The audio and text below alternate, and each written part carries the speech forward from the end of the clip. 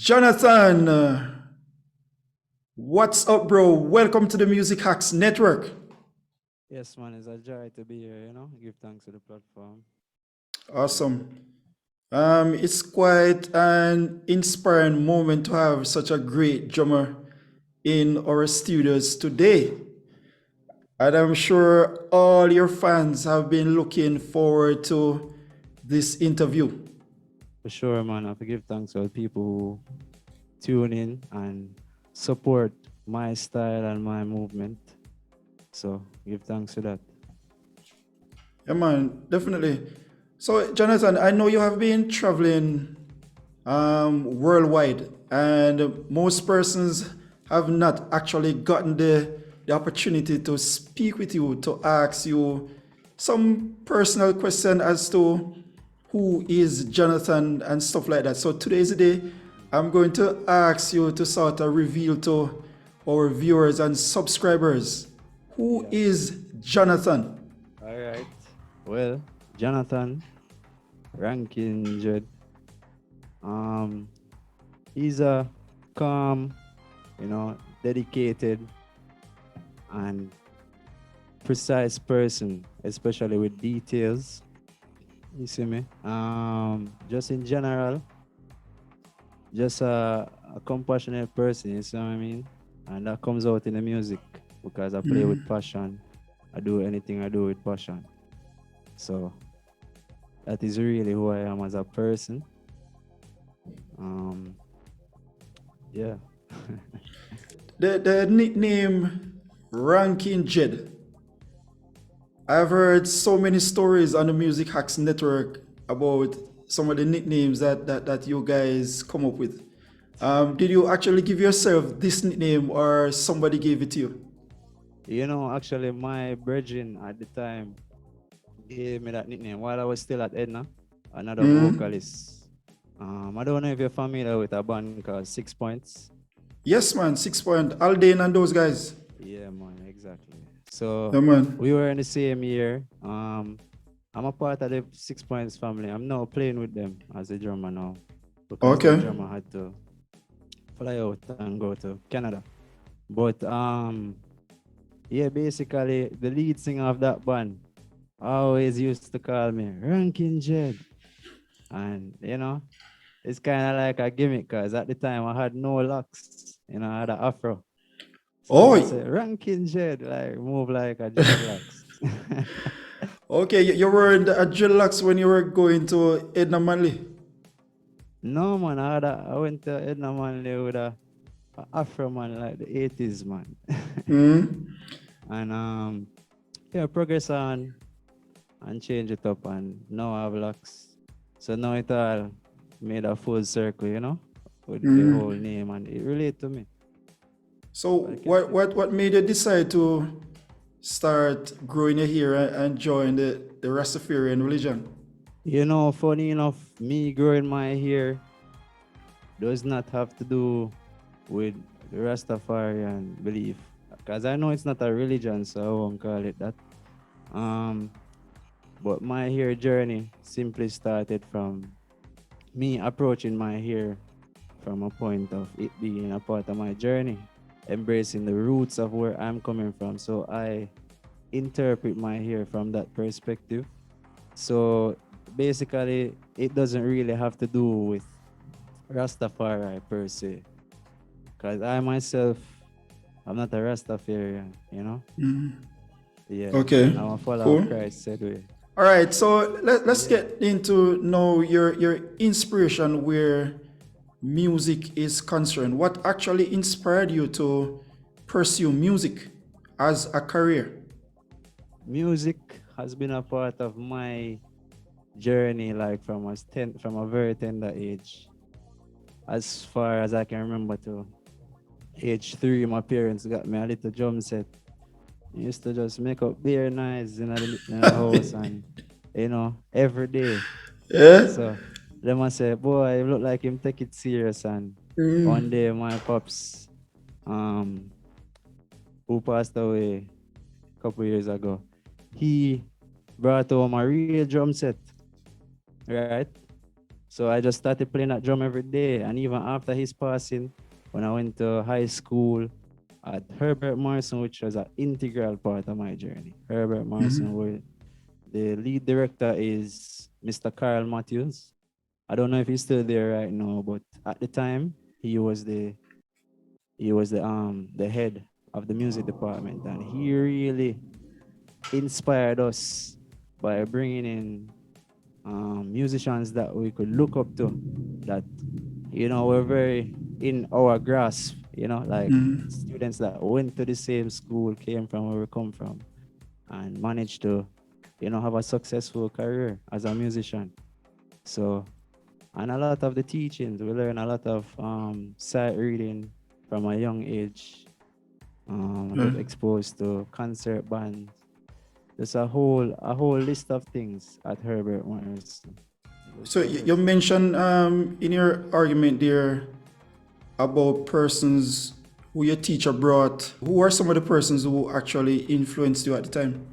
Yes.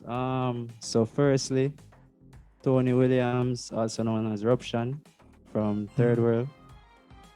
Yeah, man. He came through and gave me and my other brother, Kyle, who was there with me, lessons. Sometimes he would pass through and answer our questions and show us new things, especially within reggae music, because that was the least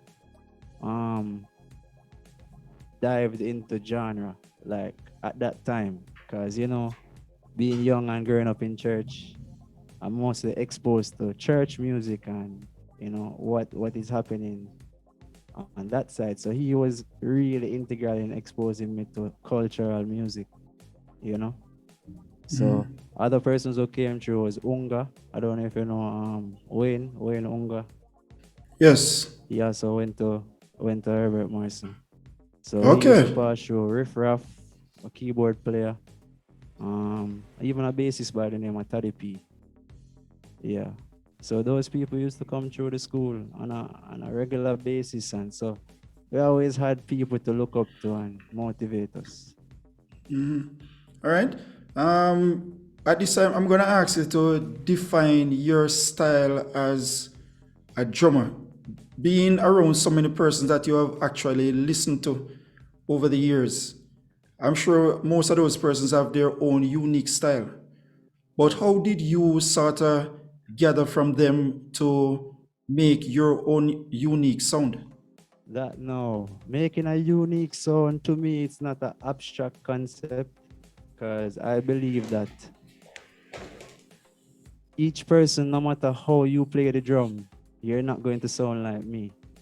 We can sound similar, but you're not going to sound like me because you're not going to hit with my touch, my intention, and the purpose why I played it. So you will always be unique when you play. But Right. the stylistic part of it now is where I fell in love with dub music, reggae, dub, like the dub style of reggae. And it had a lot of um, effects, delays, reverbs, and it just really put a lot of emphasis on the drum and bass section. So I tuned into that for a couple of years. I wasn't listening anything past the 2000s. Like I just dived into our cultural music, from ska to rocksteady to reggae, and the dub style of reggae in specific too. And that really morphed my style because I adapted a lot from drummers like Sly Dunbar, drummers like Styles Scott, Carlton Barrett, Lloyd Nibbs. You have a host of drummers I could call all day, but in that style, like I was really soaking and learning from them so much that it began to affect how I sound and approach music. So I think my style is kind of built around those concepts of the music, of the music I was listening to, and an incorporation of my interpretation and my feel and intention for when I play. So that's what creates my style as a drummer. The reason why I asked you that question is that a lot of musicians have a uniqueness to them, probably how they accent their notes or whatever. Yes. So, for example, if I am at a concert and I am not viewing the stage and I hear Rankin playing, I can know definitely that is Rankin. I wanted to Yeah, man, for demonstrate sure. on your set right now something that is unique to you from an Unga or any other drummer around. All right, no problem.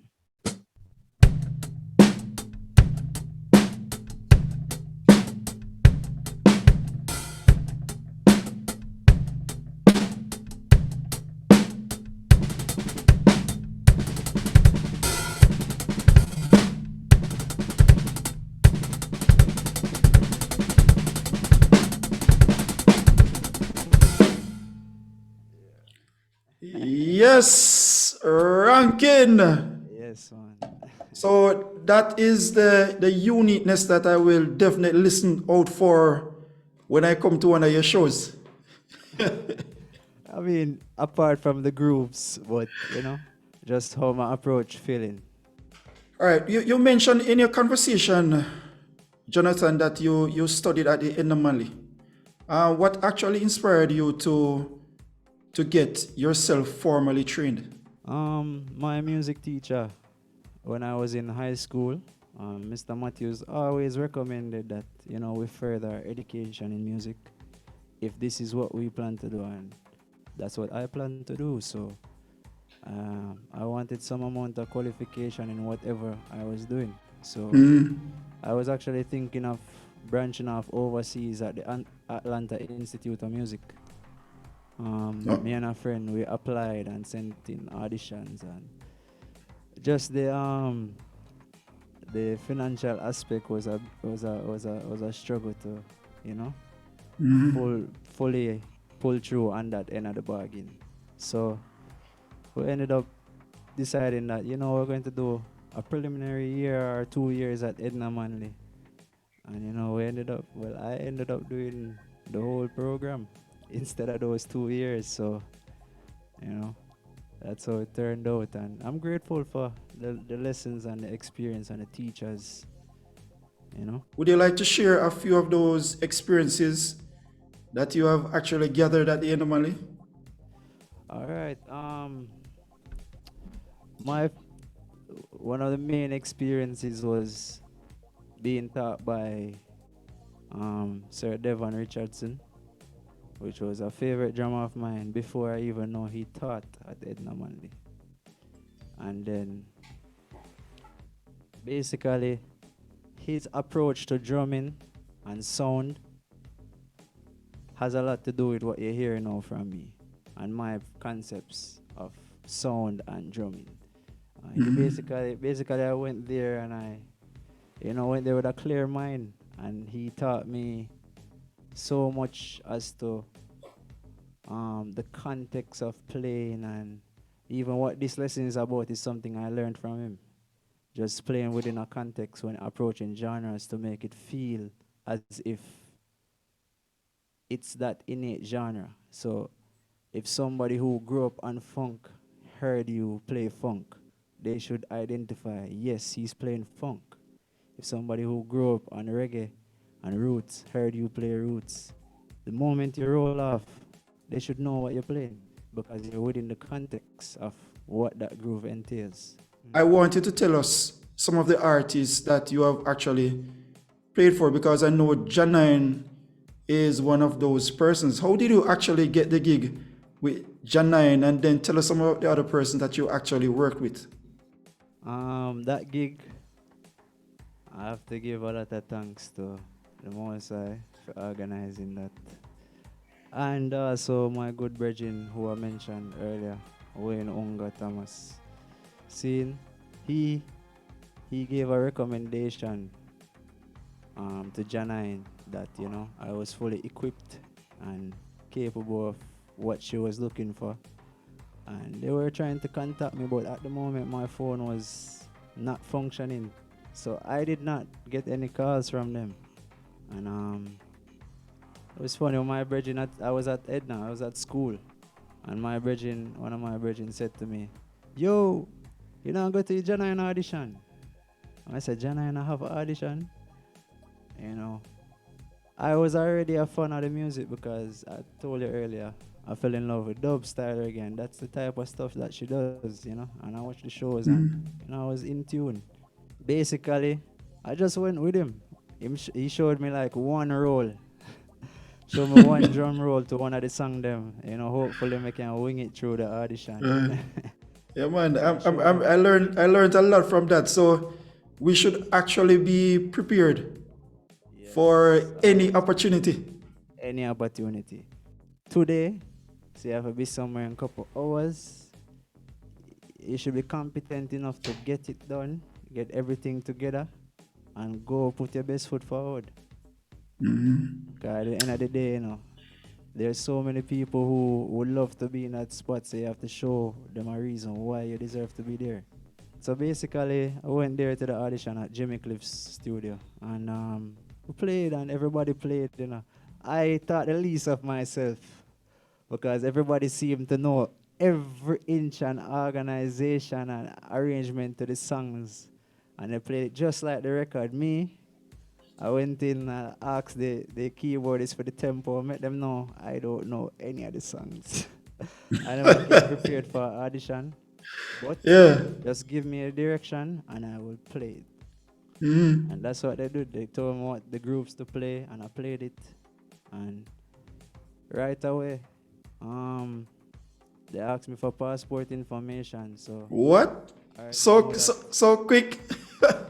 yeah, they just heard it. They heard it and it was the keyboard player Sheldon Bernard. That plays with Barry Salmon right now. He was the keyboard player at the time. Yeah, he just said it. He said it to them. He said, "No, this drummer have a swing. Something about how I'm playing. The groove is locked in at the right place." And you know, that's the beginning of my journey with Janine and the dub treatment. After that, we went to Trinidad and so forth and around the world. I'm sure you had the opportunity of gigging with other top artists. Well, who are some of these other persons that you have actually worked for? Oh, most definitely. I've been blessed to work alongside some great musicians. From small to big artists because I was playing a lot of gigs around town. So I played a show with Rasai, played a few shows with Five Star. I played a show with Lutan Fire, Kabaka, Pressure, Boss Pipe. Chronix was on that show, so we played a set for him. But a host of artists around town and in town, really good artists. Oh, I started doing a lot of recording, so I've recorded with some artists that I haven't played with. So recording wise, I can give you. Recording wise, I've done work with Kabir Amlak from UK. He has a sound system. We did a Roots dub album with him. That's four singing tracks with vocals and 4 dubs, and it's doing really well. I did some work with Junior Natural, someone from Sweden. Did a lot of work with Janine also, same way. I played on the most recent album. Recorded a lot of works with Zion King's production. Yeah, they're being released slowly but surely with each project, you know. Just give us five songs that are actually out there already that you have played on. For sure. You can check out Field Trip by Janine. You can check out Ready to Play also by Janine featuring Taurus Riley. You can check out Life is For Real by Junior Natural, both the vocal and the dub. As I say, you can check out Kabir Amlak, La Amlak meets Brother Dan. They can check out the whole album. I played all 10 tracks. Garnet Junior, Won't Change. Yeah, I think my past 5. Yeah, man. Yeah, also Archangel, Now Water Down. I play All a few right, tracks on that album also, so you can check it out and tune into cool. those artists. Really good music.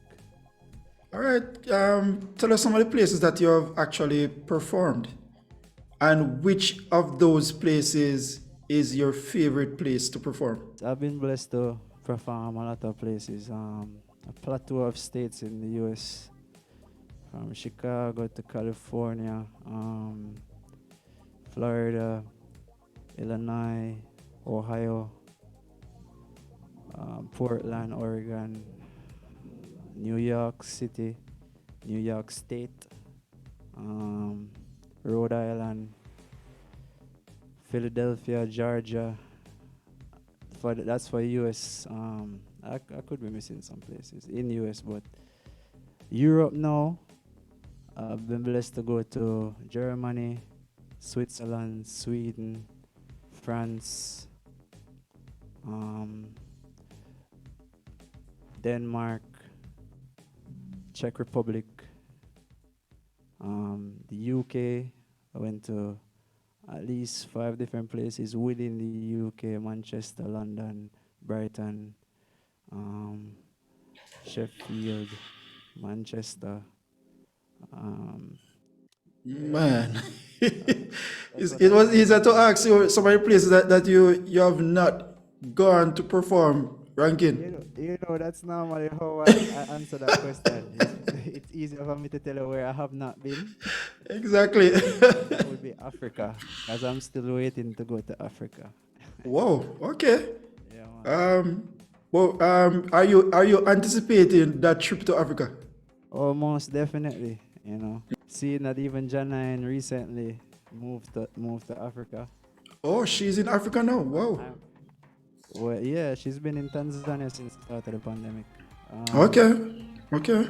So I'm expecting, willfully that will provide the ticket and the show. You know what I mean? I'm sure that will set up everything for you. So, Yes. which has been the most memorable place in your mind that you actually look forward to perform each year? Oh, well, I look forward to Rotterdam because that has been like the best production I've been a part of. That's in Benicassim, Spain. And That that's was, the biggest European show, right, for the year? yeah, one of the biggest reggae festivals that Mm. I've played. Um, yeah, it was definitely very memorable. Everybody was really loving and, accommodated us in the best way possible. And just the people and the vibes and the energy, right? Right. So I would definitely look forward to that another time. We know you're looking forward to the African tour with Janine, but what else is Yeah. in store for the ranking Jedd within the next 5 to 10 years? Well, next 5 to 10 years, you're definitely going to have an album by Rankin Jedd. Instrumental, you know, project, more than one project by that time. You would have an EP, an album, a plateau of singles. I've been really working a lot of music.